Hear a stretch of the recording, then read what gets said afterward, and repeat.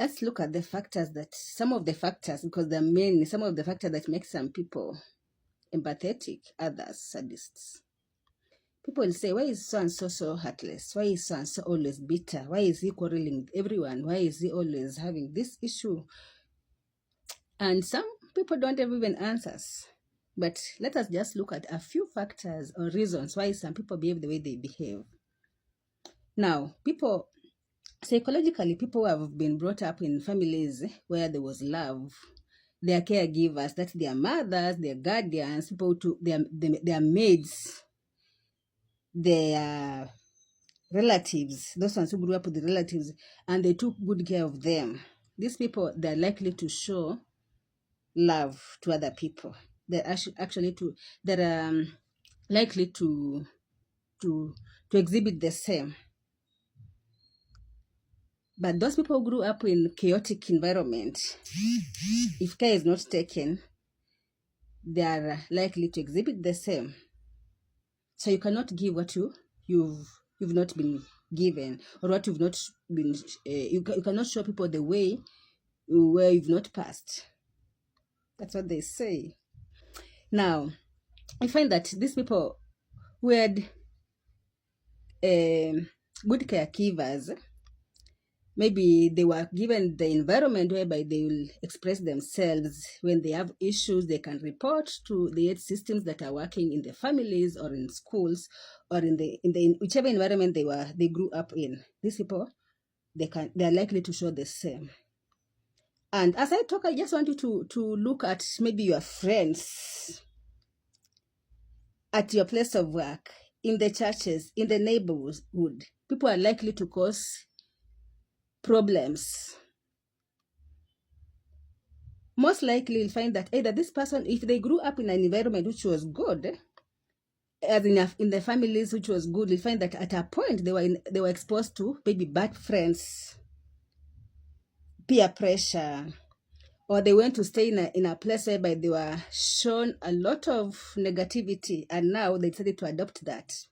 It is now in their system, because now they unlearned whatever good that they were shown in their families with their caregivers, and now they relearned another weird behavior. And now that's why you are saying, a parent will be saying, this is not how we brought you up.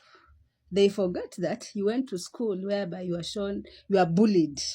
And now you saw that even me, I'll just be bullying others. When something happens to you, either good or bad, this thing will either make you come out as a positive human being or a negative human being. Now it is you to choose who you want to be. That's why a child will be brought up by a pastor, taught all the good morals, but they'll decide to be thugs, evil. Another one will be brought up by a street woman, and they will choose to be good people.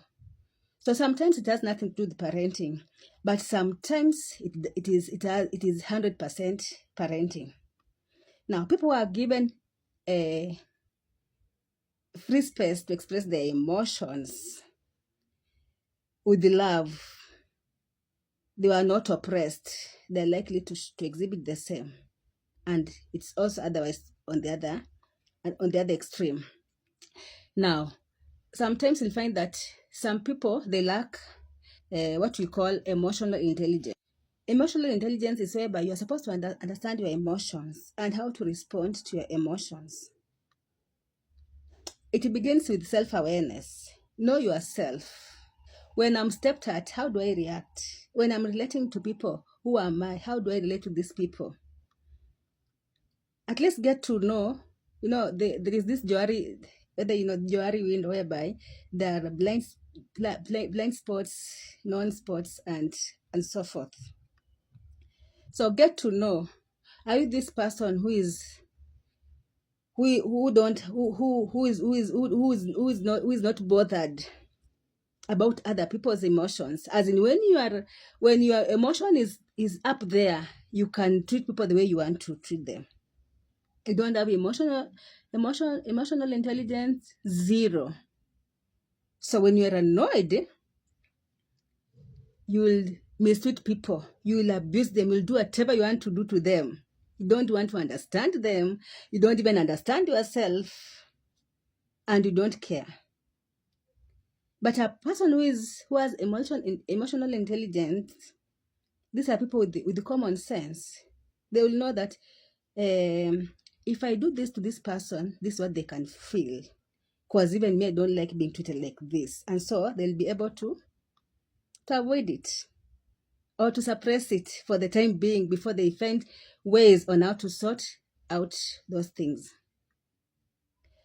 Now, some people are just exposed to evil role models, bad role models, who taught them evil things. Maybe you came from a very good family, you were brought up in a very good environment, then you joined a certain politician who taught you very weird things, to be a goon, to take things by force. If it is not me who has won, there must be violence. Now, those are the negative role models. But now, if you get a good role model, it doesn't matter how you were brought up. You can decide to look up to the role model you admire.